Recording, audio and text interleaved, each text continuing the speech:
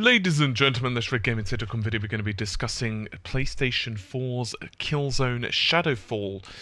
Apparently the title was almost 290 gigabytes, but the developers have managed a series of optimizations, we'll discuss those in just a moment, to get it down to a much more reasonable and much more manageable 40 gigabytes, actually slightly less.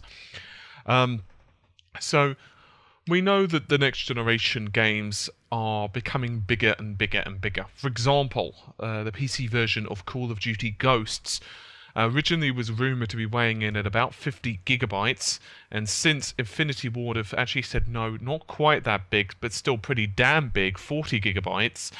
And so since then, we've all had experiences with titles like Grand Theft Auto 5, which have pretty much destroyed servers. And if you're familiar with the Steam sale, you'll know that despite the fact that, of course, Steam have a very robust system, even so it does indeed slow down to a crawl, although there are a few techniques you can use, for example, choosing a different server, a different location to get the file from, but still.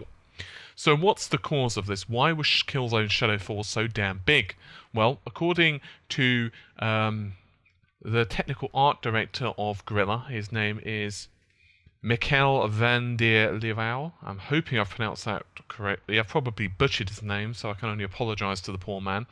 But regardless, the bulk of it was the textures. I think we're probably a lot larger than the other cross-generation games because we have no assets that have been made to a lower spec.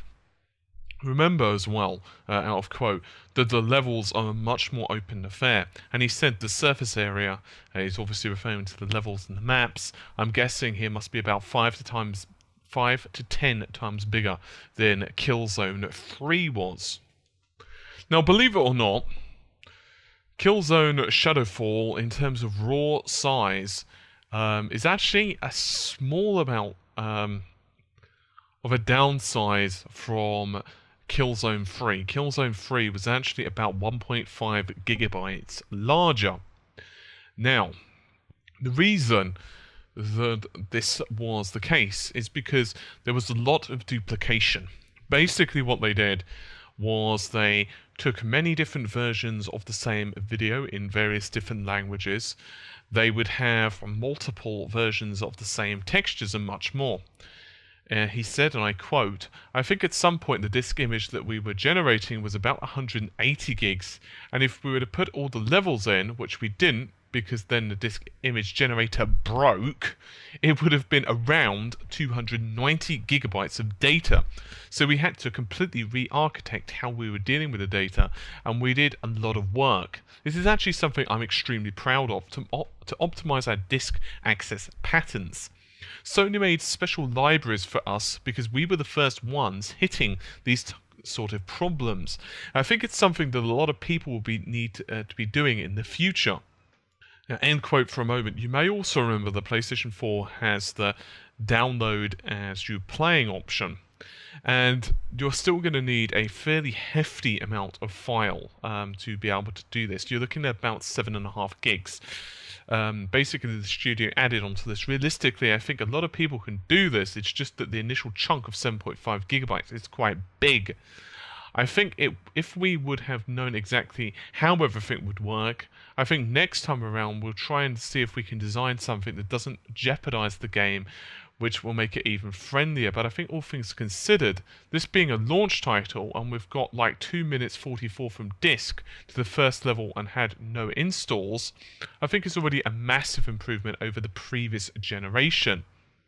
He also added, "To me, there's still something that fills my heart with joy when I see it. You insert the disc and go straight to the menu. People here have worked very hard. We had to ask Legal and Dolby, the epileptic warning stuff, the logos from Havoc. We had to negotiate with them that they could put it in the credits and not on the title screen. All the rules are built around the previous generation. I'm really happy that we're one of the first ones to do this, and I hope it's an example that people are going to follow. I get as annoyed by all those loading screens as you do. I'm 36, I don't have a lot of time to game. And when I do, I don't want to be distracted by things that have nothing to do with playing the game. We came from a day and age with a cartridge, you just stick it in and it's like bleep. you were playing the game, and slowly that had degenerated into experiences that feel more like a beautiful and big and prestigious, but they feel heavy. To me, it's about feeling the feeling of something you say, play, and it starts and plays.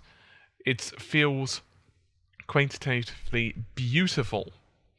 And so, that's the end of the quote, incidentally. I think this is a really good example of the issues in the next generation. We can have incredibly powerful GPUs, we can have oodles of RAM, we can have ridiculously large hard drive, but the problem is that distributing in the media. One concern I have with the next generation, I don't like the size of either the PlayStation 4 or the Xbox One's hard drive. Now, of course, with Sony, you can actually replace the hard drive pretty easily. With the X1, not so much, and I'm not really impressed by that. Okay, if you've bought the game, you can reinstall it, but still, it's a pain in the butt, especially as Microsoft are trying to push for digital distribution. As for Sony, well, titles like this are huge, and obviously they cannot just simply be distributing this stuff via the internet. Obviously, they would as well like to start pushing the distribution medium, but of course, who the hell, not many people are going to be happy to download a 200 or 150 gig file. Even if your internet is fast, even if it is quick enough to do it, you're going to be filling up the internal console hard drive real fast.